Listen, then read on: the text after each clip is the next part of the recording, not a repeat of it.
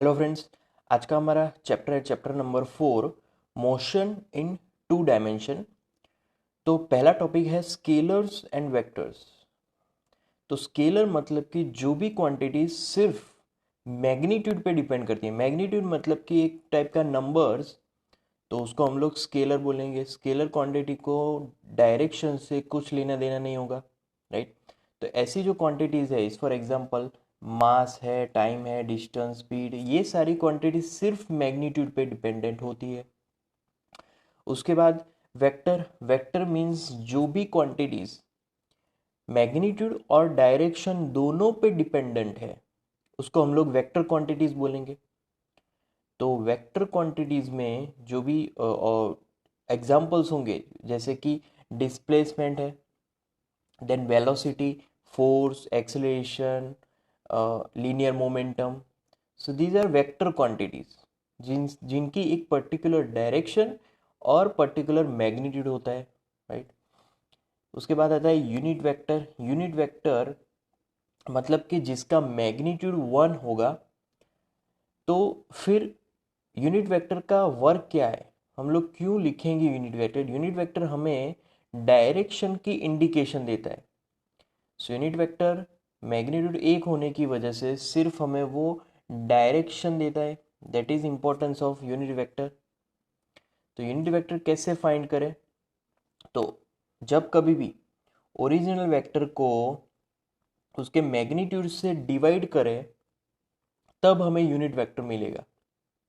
तो उसकी फॉर्मूला होगी a hat is equal to vector a upon mod a vector upon magnitude, that gives us unit vector.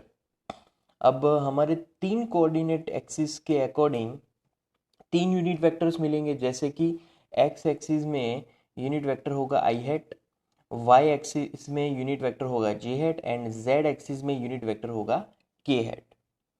उसके बाद आता है addition, subtraction and scalar multiplication of vector. तो first equation vector are is equal to, तो उसका एक plane मतलब कि एक्स वाई प्लेन में उसकी प्रोजेक्शंस है, राइट।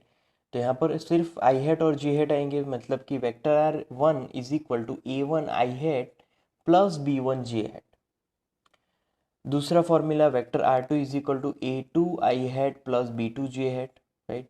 तो दोनों के दोनों वेक्टर एक्स वाई प्लेन में ही है। दोनों का अगर समेशन करें, सम, तो आई हैट वाले कंपोनेंट्स का समेशन होगा और जे हैट वाले कंपोनेंट्स का समेशन होगा। आई हैट और जे हैट वाले कंपोनेंट्स का कभी समेशन हो नहीं पाएगा, क्योंकि दोनों की डायरेक्शंस अलग अलग। तो सेम डायरेक्शंस वाले का समेशन होगा यहाँ पर। वैसे ही अगर सब्ट्रैक्शन करना हो तो सेम डायरेक्शन वालों का सब्ट्रैक्शन होगा, राइट। तो multiplication of vector of a scalar quantity, अगर किसी वेक्टर के साथ कोई स्केलर क्वांटिटी की मल्टीप्लिकेशन कराई जाए तो C vector are one is equal to क्या होगा? सी अंदर मल्टीप्लाई हो जाएगा, तो C A one I hat plus C B two B one J hat it is, right. तो यहाँ पर उसका रिप्रेजेंटेशन है ग्राफिकली। तो ये है हमारा वेक्टर आर वन। और vector are one x axis के साथ थीटा एंगल बना रहा है, right. Then magnitude, r one का मैग्नीट्यूड कैसे फाइंड किया जाए? तो under root square of the sum of the all components. Under root square of the sum of the all component, तो इससे हमें मैग्नीट्यूड मिलेगा उस वेक्टर का। अब डायरेक्शन अगर फाइंड करनी हो तो सिंपल टेन थीटा अप्लाई कर दीजिए इस डायग्राम में।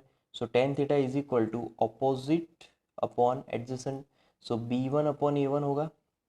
B one upon a one means y component upon x component, right. So theta को फाइंड करने के लिए theta is equal to tan inverse b one upon a one. Then parallel vectors. Parallel vectors मतलब कि जो भी दो vectors एक दूसरे के पैरेलल हो, मतलब कि उन दोनों के बीच का जो एंगल होगा वो theta is equal to zero हो जाएगा। तो उसको हम लोग बोलेंगे पैरेलल वेक्टर्स, राइट। तो जब कभी भी ऐसे वेक्टर्स किसी स्केलर के साथ मल्टीप्लाई होंगे, तो वो वेक्टर उसी डायरेक्शन में रहेंगे, उनकी डायरेक्शन चेंज होने वाली नहीं है, क्योंकि स्केलर एक नंबर है जिसका मल्टीप्लिकेशन किया है। इस for example vector B is equal to k vector a, इसका मतलब बी और ए दोनों पैरेलल है। सो अगर दो वेक्टर फाइंड करना है कि पैरेलल हैं कि नहीं है, सो हमें उनके यूनिट वेक्टर्स फाइंड करने हैं, क्योंकि unit vectors indicating direction of that vector. उसके बाद आता है इक्वालिटी ऑफ वेक्टर। तो दो वेक्टर्स जब कभी भी इक्वल होंगे उनके मैग्नीट्यूड्स में और डायरेक्शन में, तो इक्वालिटी मतलब मैग्नीट्यूड और डायरेक्शन में अगर दोनों ही वेक्टर्स इक्वल होंगे तो हम लोग उसको बोलेंगे equality of vectors. For example जैसे कि यहाँ पर 3i प्लस 4j मीटर और 3i प्लस 4j मीटर पर सेकेंड, तो इन दोनों को हम लोग कंपेयर नहीं कर सकते, क्योंकि दोनों ही क्वांटिटीज अलग है। एक है डिस्प्लेसमेंट, मतलब ये है डिस्प्लेसमेंट, और ये है वेलोसिटी। तो दोनों अलग अलग फिजिकल क्वांटिटीज है, we can't compare them. But अगर दूसरा भी 3i प्लस 4j मीटर है तो हम उनको कंपेयर कर सकते हैं। फिर आता है एडिशन ऑफ वेक्टर्स। तो एडिशन ऑफ वेक्टर, जब कभी भी दो और दो से ज़्यादा वेक्टर्स को हम लोग ऐड करेंगे तो उसको जो भी नया वेक्टर मिलेगा उसको हम लोग बोलेंगे रिजल्टेंट, राइट। तो रिजल्टेंट दो वेक्टर के समेशन से मिलता है। जैसे कि यहाँ पर वेक्टर ए है, वेक्टर बी है, राइट। सभी वेक्टर्स के एक टेल होंगी और सभी वेक्टर्स के हेड होंगे। जो एरो की वाला पार्ट है वो हेड है, और जो यहाँ पर डॉट वाला पार्ट है वो टेल है, राइट। तो हमें क्या करना है वेक्टर एडिशन के लिए, जैसे कि यहाँ पर दिखाया है कि वेक्टर ए के हेड को बी के टेल के साथ यहाँ पर कनेक्ट कर देना है, राइट। तो जब आप उसको कनेक्ट करोगे और जो तीसरा मतलब कि ए के टेल से बी के हेड तक जो लाइन मिलेगी, that is called resultant of these vectors. तो तब हमें वो रिजल्टेंट मिलेगा और हम उसका एडिशन फाइंड कर पाएंगे। सो इसको बोलेंगे triangle rule of vector addition, क्योंकि यहाँ पर हर एक जगह पे ट्राइंगल बनने वाला है, पहले वेक्टर, दूसरा वेक्टर और तीसरा वेक्टर का, राइट, रिजल्टेंट का। तो दूसरा भी एक तरीका है रिजल्टेंट फाइंड करने का, उसको बोलेंगे parallelogram rule of vector addition. तो यहाँ पर ए और बी एक दूसरे के साथ टेल टू टेल कनेक्ट होने चाहिए, राइट।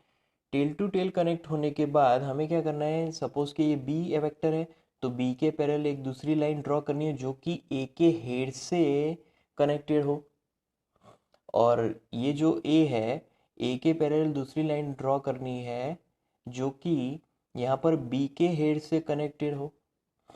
तो यहाँ पर एक स्क्वायर बन गया, और फिर दोनों के इंटरसेक्शन पॉइंट से दूसरे इंटरसेक्शन पॉइंट तक एक लाइन ड्रॉ करेंगे। That line indicates the resultant of this two vectors. तो दोनों का समेशन हम लोग फाइंड कर सकते हैं इस parallelogram rule of vector addition से, राइट।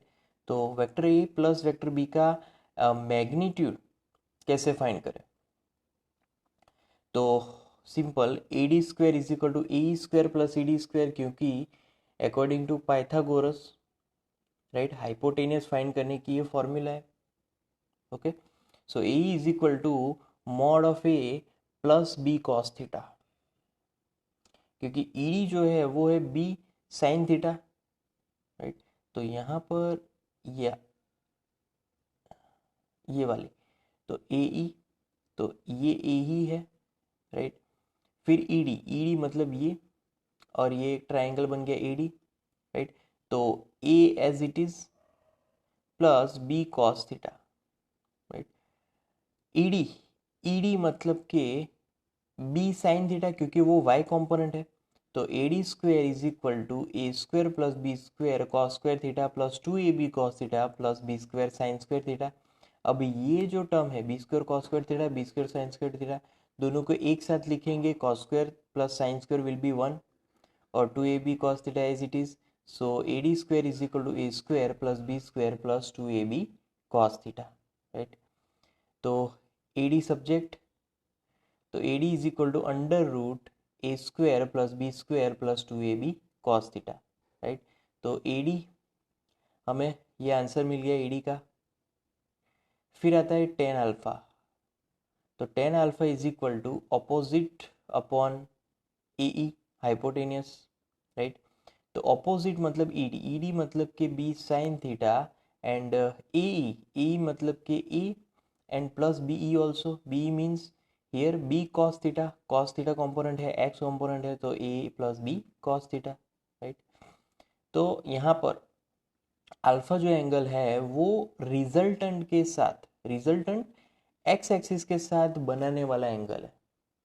तो रिजल्टेंट जब कोई भी एक्स एक्सिस के साथ जो एंगल बना है उसको हम लोग अल्फा बोलेंगे. फिर आएगा सब्ट्रैक्शन ऑफ वेक्टर. तो मान लो कि हमारे पास वेक्टर ए इस डायरेक्शन में, vector B is in this direction, right? तो सब्ट्रैक्शन करना है तो वहां पर जो बी वेक्टर है उसका ऑपोजिट ड्रॉ कर लो, एग्जैक्टली ऑपोजिट. तो वो जो ऑपोजिट होगा वो माइनस हो जाएगा और फिर उन दोनों का वेक्टर एडिशन करोगे तो यहाँ पर मिलेगा. तो यहाँ पर अल्टीमेटली हमने सब्ट्रैक्शन किया, वेक्टर ए plus minus vector b, right? तो यहाँ पर ऑपोजिट ड्रॉ कर देना है क्योंकि ऑपोजिट से उसका काउंटर वेक्टर मिलेगा, negative. Then zero vector. So अगर इस ट्राइंगल में पी क्यू आर ट्राइंगल में P Q plus Q R plus P R must be equal to zero as the overall journey results in return to starting point, क्योंकि पूरी journey starting point पे आके रुक जाने वाली है. तो सबका summation is equal to zero. फिर यहाँ पर चार वेक्टर्स है, वेक्टर ए plus vector B plus vector c plus vector d. तो चारों की जर्नी यहाँ पर ए पे आके रुक जाती है. तो यहाँ पर पी सबका समेशन ज़ीरो होने वाला है, राइट? क्योंकि स्टार्टिंग पॉइंट पे वापस जर्नी कंप्लीट हो रही है. सिमिलरली यहाँ पर A B C D E एक लूप बन रहा है, क्लोज लूप. तो यहाँ पर भी लास्ट में ज़ीरो वेक्टर. इसका मतलब हम लोग ये लिख सकते हैं कि ये जो वेक्टर ई है, vector e is equal to सारे चार जो भी वेक्टर्स है वो राइट हैंड साइड तो नेगेटिव हो जाएगा. तो vector e is equal to minus vector A plus vector B plus vector c plus vector d. फिर यस ट्राइंगल, तो ट्राइंगल में भी सेम रूल, सबका समेशन ज़ीरो. फिर आता है resolution of vectors. Vector O a is equal to vector a. तो vector O a is equal to o b plus o c, simple in vector terms. What is o b? तो o B मतलब कि ये हमारा हो गया cos theta component. और ओ सी कहाँ पर है? तो ये वाई एक्सिस पे, तो ये हमारा साइन थीटा कॉम्पोनेंट हो गया, राइट? तो cos theta and sign theta. तो ये हमारा हॉरिजॉन्टल कंपोनेंट था इसीलिए आई हेड, क्योंकि वो एक्स एक्सिस में है. ये हमारा वर्टिकल कंपोनेंट है इसीलिए जे हेड, क्योंकि वो वाई एक्सिस पे है. तो दोनों का vector addition, vector is equal to a cos theta i head plus a sine theta j hat हो जाएगा. अब मल्टीप्लीकेशन ऑफ टू वेक्टर्स, पहला होगा स्केलर प्रोडक्ट और दूसरा होगा वेक्टर प्रोडक्ट. तो स्केलर प्रोडक्ट मतलब उसको डॉट प्रोडक्ट भी बोलेंगे, राइट? तो A dash and B dash, actually these are vectors not dash. So ये वेक्टर्स है, vector A dot vector B dot product scalar product कर रहे हैं. तो जब कभी भी डॉट प्रोडक्ट होगा वहाँ पर कॉस थीटा फंक्शन आएगा, ये आपको याद रख लेना है. So mod of vector A into mod of vector B cos theta, and theta is the angle between A and B. तो मान लो कि अगर थीटा ज़ीरो है, दोनों ही एक ही डायरेक्शन में है, तो कॉस ज़ीरो वन, तो सिर्फ ये बचेगा. और मान लो कि दोनों के बीच अगर 90 डिग्री का एंगल है, तो यहाँ पर ए बी कॉस 90 मतलब ज़ीरो, तो आंसर ज़ीरो आ जाएगा. तो इसी वजह से आई हैट दोनों ही सेम डायरेक्शन में, अगर दो यूनिट वेक्टर सेम डायरेक्शन में मल्टीप्लिकेशन होगा तो cos 0 1, मतलब कि आंसर 1 मिलेगा। तो always I hat dot I hat 1 मिलेगा। वैसे ही जे हैट डॉट जे हैट भी 1 मिलेगा क्योंकि दोनों ही सेम डायरेक्शन में। वैसे ही के हैट डॉट के हैट भी 1 मिलेगा क्योंकि दोनों ही सेम डायरेक्शन में है, राइट। तो अगर आई हैट डॉट जे हैट करवाऊँ तो cos 90 होगा, cos 90 मीन्स 0, तो आंसर 0 मिल जाएगा। वैसे ही जे हेड डॉट के हेड भी 0 हो जाएगा और के हेड डॉट आई हेड भी 0 हो जाएगा क्योंकि दोनों के बीच का एंगल होगा 90 degree and cos 90 is 0। Dot product is commutative and distributive. तो ये है पहला कम्यूटेटिव, मतलब A vector A dot vector B is equal to vector B dot vector A भी लिख सकते हैं, दैट इज राइट। और distributive means vector A dot vector bracket vector B plus vector C, तो ए वहाँ पर distribute हो जाएगा, ये भी करेक्ट है, राइट। उसके बाद आता है motion in 2D plane, so position vector and displacement, right. तो यहाँ पर एक ऑब्जेक्ट है जो कि अपनी जर्नी पी से स्टार्ट करता है और P1 पे पहुँचता है। पी पर उसका कंपोनेंट है एक्स वाई, P1 पे x1 y1, राइट। और यहाँ पर जो आर वेक्टर्स है, पहला वेक्टर आर जो कि पी पॉइंट पे था, तो vector are is equal to x I head plus y J hat, तो उसके कंपोनेंट्स है। और वेक्टर आर वन डिस्टेंस पे वो पी वन पॉइंट पे है, तो उसका कंपोनेंट तब होगा vector are one is equal to x one i head plus Y one j hat, right. तो यहाँ पर पहली तो यहाँ पर पहली क्वांटिटी हमें फाइंड करनी है, वो है डिस्प्लेसमेंट। तो डिस्प्लेसमेंट मतलब चेंज इन पोजीशन। तो फाइनल माइनस इनिशियल, फाइनल वो आर वन पे है, इनिशियल वो आर पे था, राइट। तो X one i head plus Y one j head minus X I head plus y J head. अब यहाँ पर सब्ट्रैक्शन में एक डायरेक्शन वाले कंपोनेंट का subtraction, so X one minus X आई head plus Y one minus Y जे hat. तो X one minus X मतलब कि वो डिफरेंस है, difference means delta delta X, and Y one minus Y मतलब कि डेल्टा वाई, राइट। तो यहाँ पर vector R plus delta vector are is equal to R one, क्योंकि यहाँ पर आर वन को सब्जेक्ट बनाया तो vector R obviously left hand side जाएगा, पॉजिटिव हो जाएगा, तो यही चीज़ यहाँ पर हमने लिखी। तो डेल्टा आर वन को अगर सब्जेक्ट बनाए तो vector are one minus vector R हो जाएगा, राइट। फिर उसके बाद आएगा average velocity. Average velocity means change in position upon time interval. So यहाँ पर जो चेंज हो रहा है वो एक्स कंपोनेंट का प्लस वाई कंपोनेंट का चेंज अपॉन टाइम इंटरवल। तो यहाँ पर वेक्टरली हमें लिखना है, सो डेल्टा एक्स आई हेड प्लस डेल्टा वाई जे हेड अपॉन डेल्टा टी। अब अगर इनको मैं इंडिविजुअली लिखूँ तो delta X upon delta T I hat होगा plus delta Y upon delta T into J hat यहाँ पर लिखना है।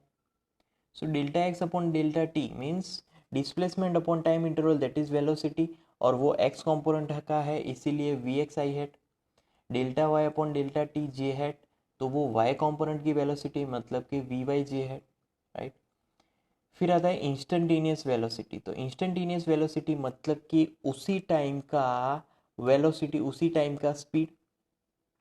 तो vector v is equal to limit delta t tends to zero delta v delta t. इसका मतलब ये हुआ कि डेल्टा टी ज़ीरो नहीं है बट ज़ीरो के बहुत ही नज़दीक है, और उसको फाइंड करने के लिए उसका डेरिवेशन फाइंड करना है, that is D R by d T. यहाँ पर एक छोटी सी मिस्टेक है, यहाँ पर डेल्टा भी नहीं आएगा, यहाँ पर आएगा डेल्टा आर, राइट। तो वी की जगह पर आर होगा। फिर उसके बाद यहाँ पर हम लोग लिख सकते हैं कि vector v is equal to v x i hat plus v Y j hat. तो ये फॉर्मूला है v x i hat plus v Y j hat, simple. तो वी एक्स क्या है उसमें, तो वी एक्स है हमारा d x by d t, मतलब कि एक्स पोजिशन में जो भी चेंज होगा with respect to time. V y क्या है, वाई पोजिशन में जो भी चेंज होगा with respect to time. V अगर फाइंड करना है तो under root of square of sum of all the components of v. और थीटा, थीटा मतलब कि ऑपोजिट अपॉन एडजेसेंट, तो ऑपोजिट मतलब कि वर्टिकल लाइन एंड एडजेसेंट मतलब कि एक्स वाली line, so v x upon v y. So theta को अगर सब्जेक्ट बनाएंगे तो theta is equal to tan inverse v Y upon v x. उसके बाद आता है एवरेज एक्सेलरेशन। तो एवरेज एक्सेलरेशन की फॉर्मूला है delta v, change in velocity upon time interval. तो यहाँ पर जो चेंज हो रहा है वो एक्स और वाई कंपोनेंट में अलग अलग हो रहा है, so delta V x upon delta T I hat X component वाला चेंज, और ये delta V Y upon delta T J hat Y component वाला चेंज। तो इंडिविजुअली हमें ये भी लिखना है कि एक्स कंपोनेंट वाला एक्सेलरेशन और ये वाई कंपोनेंट वाला एक्सेलरेशन, राइट। तो vector a average is equal to a x I head plus A Y J head. Then instantaneous acceleration, instantaneous means उसी टाइम वाला acceleration, that time, particularly instant time. So vector a is equal to d v by d t, actually directly यहाँ पर लिख लिया है, otherwise यहाँ पर formula है कि vector a is equal to, पहला आता है limit, limit delta t tends to zero, उसके बाद आएगा delta v upon delta t, right. Then उसका डेरिवेटिव फॉर्म, और फिर उसके कंपोनेंट्स अलग किए जाते हैं, क्योंकि यहाँ पर वेक्टर की बात हो रही है। So D V x upon D T I hat X component वाला वेलोसिटी का चेंज प्लस वाई कॉम्पोनेंट वाला वेलोसिटी का change, that gives us component wise acceleration, मतलब कि A x I head plus A Y J hat. तो instantaneous में भी दोनों डायरेक्शंस अलग अलग होंगी। Then projectile motion. तो first of all, what is projectile motion? When a particle is projected obliquely near the earth's surface, it moves simultaneously in horizontal and vertical direction। दोनों ही equally जा रहे हैं, मतलब दोनों ही डायरेक्शन में, तो तब उस मोशन को हम लोग बोलेंगे प्रोजेक्टाइल मोशन, जैसे कि ये वाली मोशन, राइट। तो इस मोशन में, मतलब इसके अगर एग्जाम्पल बोले जाए, तो आप जब कभी भी फुटबॉल को किक करोगे तो तब उसकी मोशन ही होगी प्रोजेक्टाइल मोशन। जब कभी भी आप किसी ऑब्जेक्ट को ऐसे पर्टिकुलर थीटा डायरेक्शन में थ्रो करोगे, जैसे कि जो थ्रो बॉलिंग में आप थ्रो करते हो वैसे ही, तो वो भी प्रोजेक्टाइल मोशन है। जैसे कि अगर आप हॉरिजॉन्टली कोई ऑब्जेक्ट को मूव करोगे, वो भी प्रोजेक्टाइल मोशन है, राइट। तो यहाँ पर अब प्रोजेक्टाइल मोशन के अलग अलग कंपोनेंट्स फाइंड करेंगे। पहले time taken to reach A from O, तो ओ टू ए का टाइम फाइंड करेंगे। फिर हॉरिजॉन्टल डिस्टेंस फाइंड करेंगे ओ ए, उसको हम लोग रेंज बोलते हैं। फिर मैक्सिमम हाइट भी फाइंड करेंगे कि उसका कहाँ तक वो ऊपर गया ऑब्जेक्ट, और velocity at any time T during the motion. तो फर्स्ट इट स्टार्ट फ्रॉम, हाँ यस, हॉरिजॉन्टल एक्सिस और वर्टिकल एक्सिस दोनों का अलग अलग हमने यहाँ पर डिवीजन किया है। So first U X is equal to you cos theta, ये एक हॉरिजॉन्टल कंपोनेंट है। You Y is equal to U sine theta. अब A X is equal to zero, क्योंकि वहाँ पर एक्स कंपोनेंट में तो कोई एक्सेलेरेशन मिलने वाला नहीं है, जो भी एक्सेलेरेशन होगा वो वाई कंपोनेंट में होगा, and it is due to earth gravity. Earth का यहाँ पर ग्रेविटेशनल एक्सेलेरेशन यहाँ पर एक्ट करेगा। अब ए एक्स ज़ीरो है तो कुछ भी नहीं मिलने वाला, तो s y is equal to you y t plus half a Y t square. सिर्फ यहाँ पर डिस्प्लेसमेंट मिलेगा, और वो भी ए वाई होने की वजह से। तो s y zero minus zero u sine theta, क्योंकि वाई कॉम्पोनेंट हमारा साइन वाला कॉम्पोनेंट है, so u sine theta minus half g t square, right. तो यहाँ पर अगर टी को सब्जेक्ट बनाया जाए तो T gives us two U sine theta upon G, मतलब कि टू यू वाई अपॉन जी। तो ये फॉर्मूला हो गई time, right. Time for this journey. फिर आता है S x is equal to you X T plus half A x T square. तो X minus zero is equal to you cos theta T, वो हमारा X component है सिर्फ, right. तो X is equal to you cos theta into two you Y upon g, right. क्योंकि t को हमने कहाँ से रखा, तो टी को हमने यहाँ से इस इक्वेशन में रखा, तो 2u/g होगा। 2u/g is 2u sine theta, तो 2u square cos theta sine theta upon G, मतलब कि यहाँ पर फॉर्मूला होगी u square sine 2 theta upon G, because 2 cos theta sine theta is 2 sine 2 theta, right. तो ये हमें रेंज की फॉर्मूला मिली, r is equal to you square sine 2 theta upon G. फिर vy is equal to you Y plus A Y T, तो vy is equal to U sine theta minus g t, क्योंकि a y हमारा minus g है, तो it depends on time t, it is not constant, its magnitude first decreases become zero and then increases, right. तो यहाँ पर जो time पे dependent है इसीलिए वो कांस्टेंट नहीं है। फिर आता है v x is equal to you x plus a x t, यहाँ पर first equation of motion use किया है। ए एक्स तो जीरो है, तो सिर्फ आएगा यू एक्स, और यू एक्स क्या है, यू कॉस थीटा है। तो ये जो कंपोनेंट है वो टाइम से पूरा इंडिपेंडेंट है, इसीलिए वो कांस्टेंट है, राइट। फिर हाँ, मैक्सिमम हाइट, तो उसके लिए s y is equal to you y t one plus half a Y t one square. तो मैक्सिमम हाइट के लिए यहाँ पर वैल्यूज अगर रखें तो h is equal to you square sine square theta upon 2g मिलेगा। तो ये मैक्सिमम हाइट की जो वर्टिकली मैक्सिमम हाइट मिल रही है उसकी फॉर्मूला है, राइट। फिर time of ascent and time of descent, तो at top most point V Y is equal to zero, यहाँ पर इस पॉइंट पे वी वाई तो जीरो मिलने वाला है, तो v Y is equal to you Y plus A Y T, तो वो जीरो है। यू वाई क्या है, u sine theta, a y मतलब माइनस जी टी, राइट। तो टी वन को सब्जेक्ट बनाया यू साइन थीटा अपॉन जी, तो t two is equal to t minus t one, मतलब कि जितना हाफ इतना कवर करने में जितना टाइम लिया उतना ही टाइम ये होगा।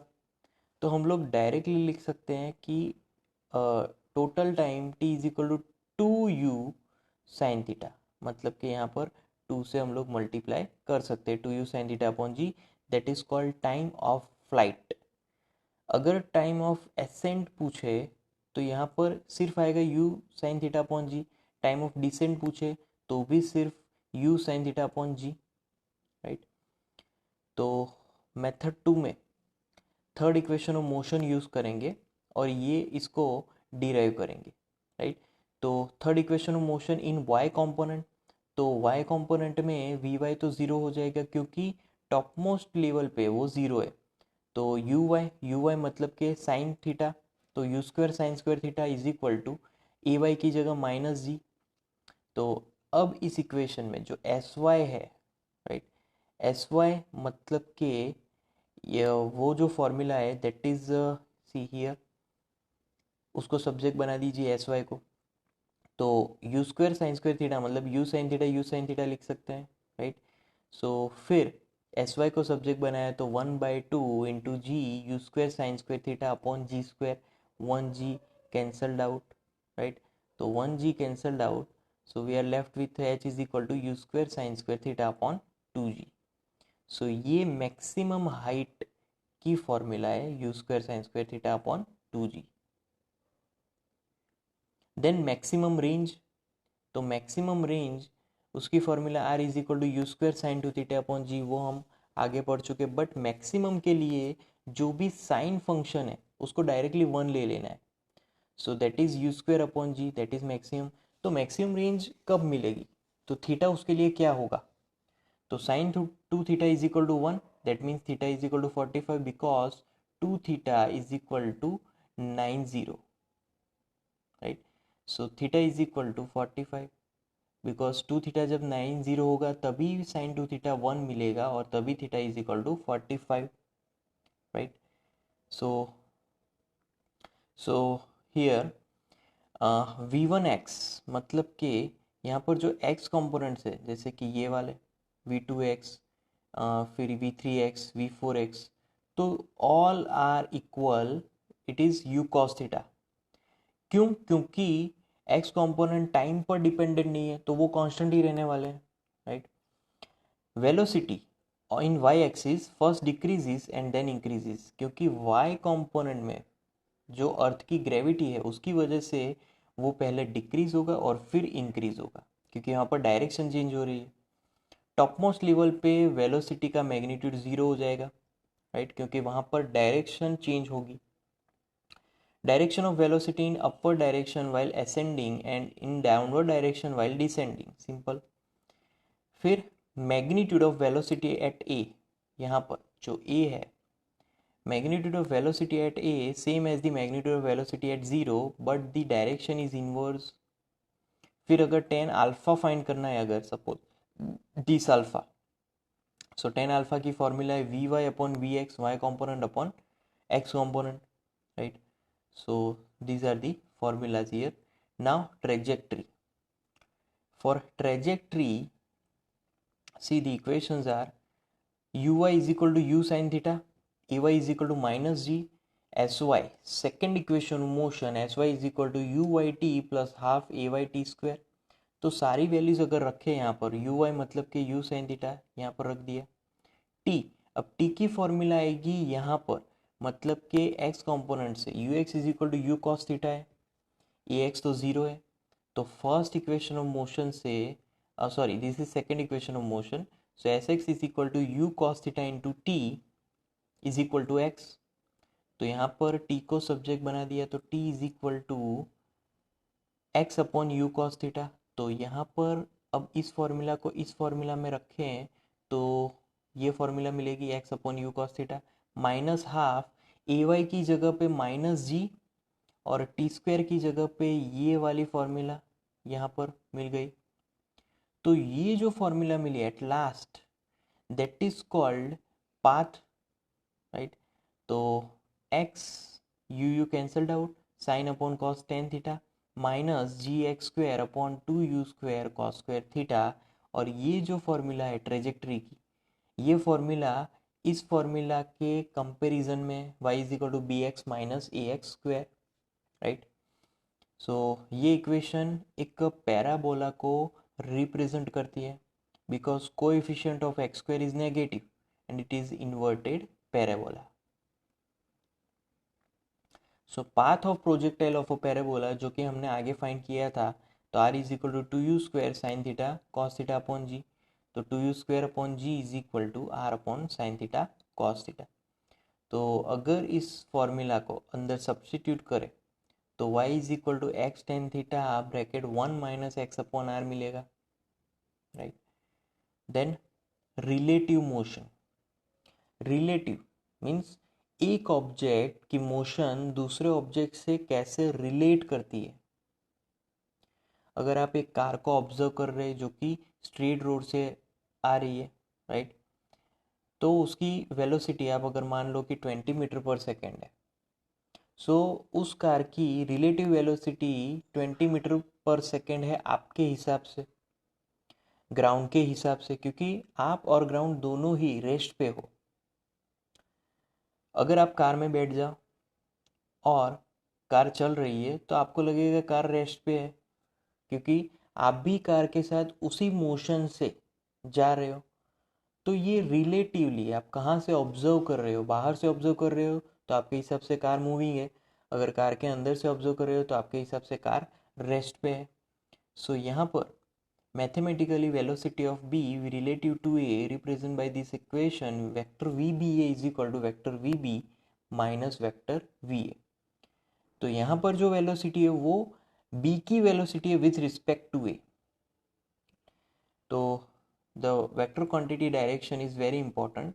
सो vector we B A is equal to minus vector v A B, यहाँ पर एक नेगेटिव साइन आएगी, तो vector we B A is equal to minus vector v A B, right.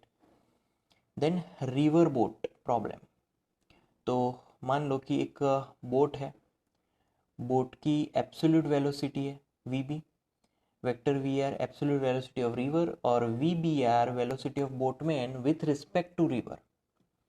तो vector we B is equal to vector we B R plus vector we R लिख सकते हैं, क्योंकि उससे बोट की एब्सोल्यूट वेलोसिटी मिलेगी, क्योंकि ये एज अ रिजल्टेंट वेक्टर से हमने ये फॉर्मूला लिखी है कि पहला वेक्टर देन दूसरा वेक्टर, तो उनका रिजल्टेंट ये मिलेगा, राइट। तो उससे ये इक्वेशन बनी। सो हियर ये formula right as it is. अब यहाँ पर ये वेक्टर वी बी आर है right, this is vector we R and this is vector we B. तो vector we B R is equal to vector V here R X plus we B R X right. तो वहाँ पर वो sine theta हो जाएगा क्योंकि x component में है तो वो साइन थीटा है इस बार। तो v B y plus we B y plus we B r y is equal to, ये तो ज़ीरो है तो यहाँ पर कॉस थीटा होगा इस बार, तो v B r cos theta right. So time t is equal to D upon we B y, time taken by the boatman to cross the river. River cross करने के लिए जो टाइम लिया है बोटमैन ने वो टाइम फाइंड करने की ये फॉर्मूला है। तो यहाँ पर d upon we B r cos theta हो जाएगा, तो t is equal to D upon we B r cos theta. Similarly, now displacement along x-axis when he reaches on the other bank. तो x-axis मतलब के velocity up into time, तो v b x v r minus v b r sin theta into time from this one, तो d upon v b r cos theta। तो ये हो गई x की फॉर्मूला, x is equal to we r minus v B r sine theta upon into d upon we B r cos theta. तो कुछ conditions है, जब बोटमैन रिवर को क्रॉस करेगा बहुत ही शॉर्ट इंटरवल टाइम के लिए, तो अगर वो टाइम जो है वो है टी है, so T will be minimum कब, जब थीटा ज़ीरो होगा। तो दोनों ही वेक्टर के बीच अगर एंगल ज़ीरो हो जाएगा तो तब सबसे कम टाइम लगेगा। So the boatman perpendicular to the river current, condition when the boat wants to reach point B is for example at a point just opposite from where he started। तो यहाँ पर x should be zero, x zero होना चाहिए। तो ये formula is equal to zero, मतलब कि v are is equal to we B r sine theta, क्योंकि सारे टर्म ज़ीरो हो जाएंगे, ये सारे टर्म, और बाकी रहेगा सिर्फ ये, और ये चला जाएगा राइट हैंड साइड। तो वहाँ पर sine theta is equal to we R upon we B R, और थीटा को सब्जेक्ट बनाएंगे तो साइन इनवर्स होगा V R upon we B R right. तो hence point B the boatman should row at an angle theta right. T is equal to D upon we B, so D upon under root of V B R square minus V are square. So अगर sine theta is not greater than equal तो V R greater than equal to we B R. So तब boatman कभी भी B point पे नहीं पहुंच पाएगा, क्योंकि V are is equal to we B R और sine theta is equal to one, so theta is equal to 90 degree. तो वहाँ पर वो बी तक पहुँचने के लिए इम्पॉसिबल हो जाएगा। अगर theta is equal to 90 degree तो V R greater than V B R, मतलब कि sine theta greater than one. So यहाँ पर कोई ऐसा एंगल ही नहीं होगा right. So that is the reason. Now relative velocity of rain with respect to the moving pan। तो यहाँ पर पहले तो एक मैन की वेलोसिटी, तो vector V M, it represented by vector O A. फिर वर्टिकली जो रेन है वो वर्टिकली डाउन साइड आ रहा है, तो उसकी वेलोसिटी वेक्टर वी आर, उसको ओ बी से रिप्रेजेंट करेंगे। अब दोनों की रिलेटिव वेलोसिटी फाइंड करनी है राइट। तो relative velocity, so that time bring the man at rest by imposing a velocity vector vm minus on man and apply his velocity on rain also। So now relative velocity right, so vm is equal to now vector oc, so vm minus vector vm is equal to vector oc, it is opposite of this one, this is opposite right। Now which will be represented by a diagonal vector OD of rectangle OBDC। So this is O, B, D and C. So this is rectangle। VRM is equal to under root of we are square plus V M square plus two we r v m cos 90, क्योंकि उन दोनों के बीच का जो angle है ये और ये 90 डिग्री है, right. So under root of we are square plus V M square, तो ये दोनों के एंगल 90 डिग्री होने की वजह से cos 90, this one and this one, cos 90 is zero, so सिर्फ यही बचेगा। तो यहाँ पर tan theta is equal to opposite upon adjacent, so V M upon V R, so theta मिल जाएगा tan inverse V M upon V R, right. So यहाँ पर जो अगर ऊपर की प्रॉब्लम में अगर जो पर्सन है वो रेंज से अपने आप को बचाना चाहता है, तो उसको अपनी जो अम्ब्रेला है उसको एक पर्टिकुलर थीटा एंगल पे रखना होगा, इस एंगल पे, राइट। तो उस एंगल पे अगर अम्ब्रेला को सेट करेगा तो वो भीगने से बच सकता है।